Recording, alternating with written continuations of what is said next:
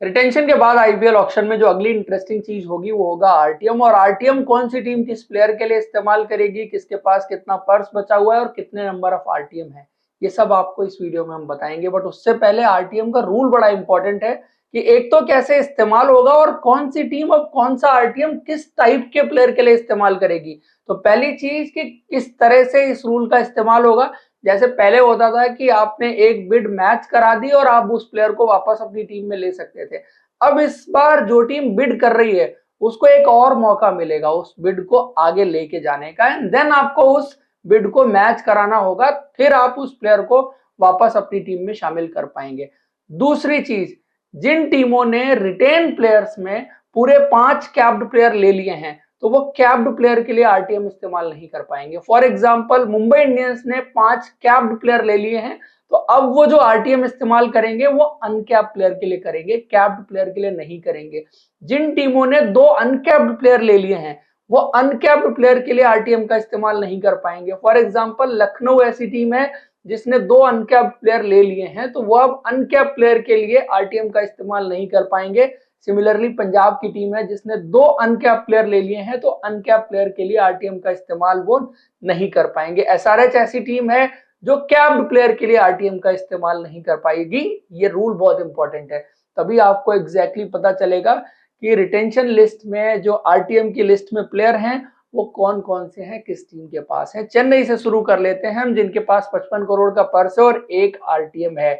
इन्होंने uncap player के रूप में एमएस धोनी को रिटेन किया है, तो कैप्ड प्लेयर ही रिटेन करने की तरफ देखेंगे, जहां पर मेरे हिसाब से जो 3 बड़े ऑप्शन हैं, एक डिवॉन कॉनवे है, जबरदस्त बैट्समैन इनके लिए, और खास करके अगेंस्ट द स्पिन जो उनकी बैटिंग है एज अ ओपनर, उनका और ऋतुराज का कॉम्बिनेशन काफी अच्छा चला है, तो वो एक ऑप्शन होंगे। रचिन रविंद्र, बहुत जबरदस्त क्रिकेट उनकी जा रही है, फिर ऑलराउंड एबिलिटी वो लेके आते हैं, तो वो हो गए। तीसरे दीपक चहर, इस टीम के इंटीग्रल पार्ट, कोर का हिस्सा बहुत सालों से हैं, एमएस धोनी की पसंद भी है।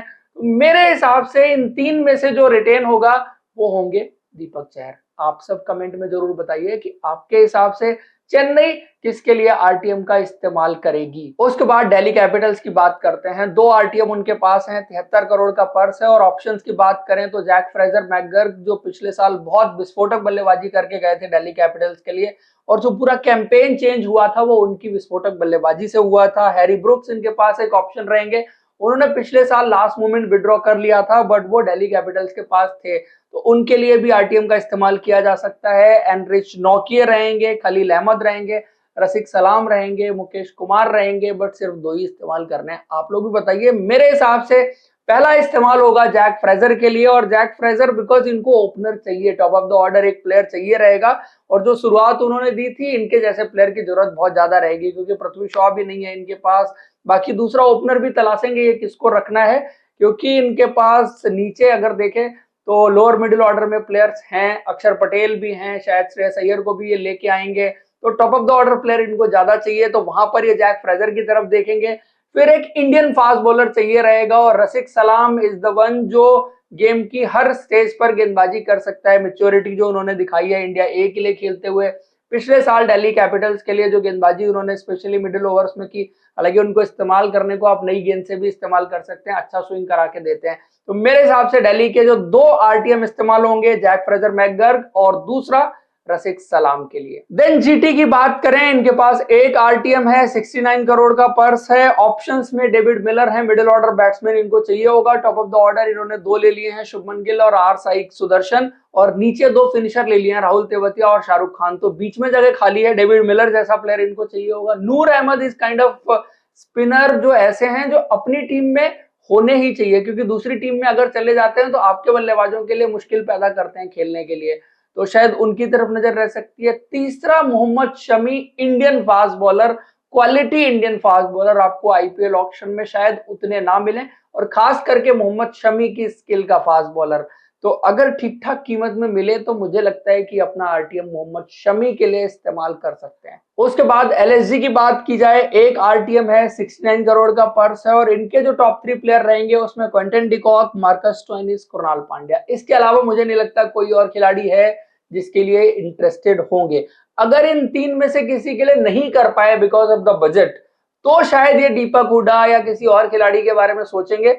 अदरवाइज यही 3 इनके टारगेटेड में होंगे, और जिसमें मेरे हिसाब से इस्तेमाल होगा क्विंटन डिकॉक के लिए। रीजन इज मार्कस स्टोइनिस कहने के लिए ऑलराउंडर है, बट उतना allround ability impact player rule होने की वजह से आईपीएल में इस्तेमाल नहीं होती, तो मेजरली आप एज अ बैट्समैन ही देखते हैं। बट अगर विकेट कीपर है तो उसकी ऑलराउंड एबिलिटी पूरी इस्तेमाल होती है। तो क्विंटन डिकॉक, कृणाल पांड्या के केस में भी सिमिलर चीज आती है, और शायद वैसे भी कृणाल पांड्या की टीम अब चेंज होने वाली है, तो क्विंटन डिकॉक वो प्लेयर होंगे जो लखनऊ के लिए आरटीएम में वापस जाएंगे। बात करें मुंबई इंडियंस की, तो एक आरटीएम है, 45 करोड़ का पर्स है, और इनके पास जो ऑप्शंस हैं उसमें एक नमन धीर हैं जो जबरदस्त क्रिकेट पिछले साल खेल के गए, और जिस तरह के पोटेंशियली वो बैट्समैन हैं, मुंबई को चाहिए एक उनके जैसा बैट्समैन। उसके बाद नेहल बडेरा ने भी इनके लिए बहुत अच्छा किया है, तो दूसरे ऑप्शन वो रहेंगे।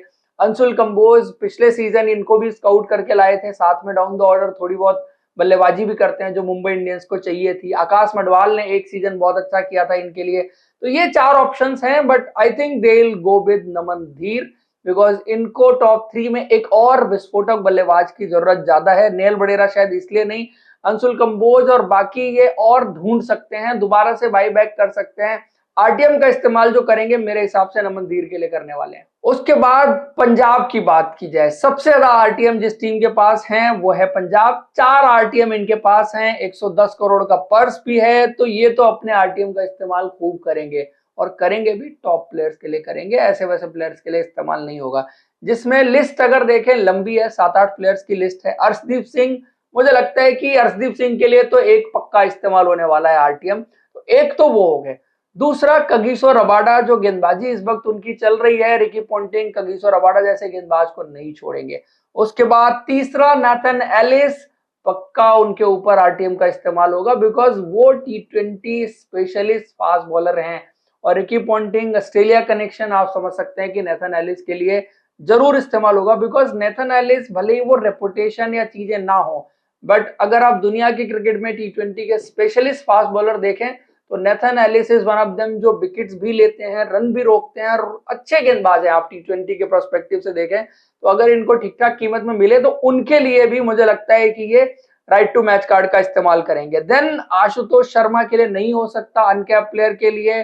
Sam Curran, I don't think कि सैम करन के लिए इस्तेमाल करेंगे, बिकॉज वो बैलेंस बनाने के चक्कर में 2 साल से पंजाब का बैलेंस बिगड़ता बहुत रहा था, क्योंकि सैम करन आपके एक गेंदबाज के तौर पर खेल जाते थे, बल्लेबाजी में भी ऊपर चले जाते थे, तो वो दोनों ही जगहों पर उन्होंने उस तरह से कंट्रीब्यूट नहीं किया जैसी शायद एक्सपेक्टेशंस थी। उसके बाद जितेश शर्मा का भी ऑप्शन इनके पास हो सकता है। सिकंदर रजा, पोंटिंग सिकंदर रजा पे जाएंगे ये मुझे लगता नहीं है। हर्षल पटेल एक ऑप्शन है, और आई थिंक जो चौथा इस्तेमाल होगा वो होगा लियाम लिविंगस्टन पर। इनको इस वक्त एक टॉप क्वालिटी बैट्समैन चाहिए जो मिडिल ऑर्डर में 4 नंबर पर बल्लेबाजी कर सके, और लिविंगस्टन के स्टेक्स इस वक्त हाई हैं। इंग्लैंड की कप्तानी भी मिली है, रन भी बन रहे हैं, तो रीसेंट क्रिकेट बड़ी अच्छी जा रही है। भले ही पिछले साल अच्छा ना खेले हो पंजाब के लिए, लेकिन चौथे खिलाड़ी मेरे हिसाब से लियाम लिविंगस्टन हो सकते हैं, जिनके लिए Ricky Ponting right to match card का इस्तेमाल कर सकते हैं। उसके बाद आरसीबी की बात करें तो 3 राइट टू मैच कार्ड इनके पास हैं, 83 करोड़ का पर्स है, तो इस्तेमाल तो होंगे।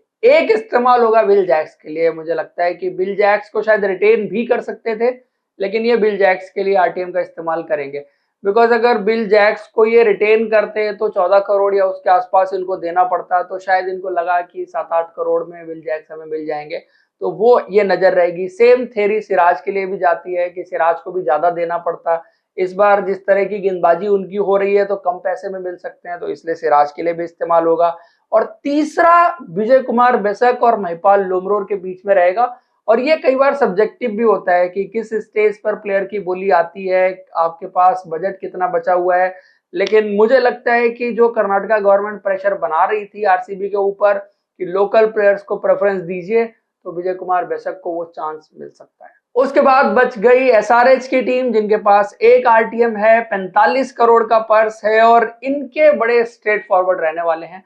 अब्दुल समद हैं, अनमोल प्रीत सिंह हैं, सनवीर सिंह हैं, मयंक मार्कंडे हैं, जिसमें इस्तेमाल ये अब्दुल समद के लिए होगा। आप जानते हैं कि उन्होंने अब्दुल समद को पहले भी रिटेन किया हुआ है, और एक कनेक्शन भी है, और रिसेंट में अब्दुल समद की जो बल्लेबाजी चल रही है, जिस तरह रणजी ट्रॉफी में उन्होंने रन किए, पिछले सीजन भी डाउन द ऑर्डर उन्होंने बहुत इंपॉर्टेंट रोल प्ले किया था, कैमियोज बड़े जबरदस्त खेले थे, तो मेरे हिसाब से अब्दुल समद जो है वो इस टीम में रिटेन होंगे। बाकी जो 2 टीमें बच गई, आरआर और केकेआर, इन दोनों टीमों के पास कोई आरटीएम है नहीं, तो उनके 6 प्लेयर ऑलरेडी पूरे हो चुके हैं। तो दोस्तों ये था वीडियो, आपको पसंद आया तो लाइक और सब्सक्राइब जरूर करें अगर अभी तक आपने हमारे चैनल को नहीं किया है। Thank you, see you in next video.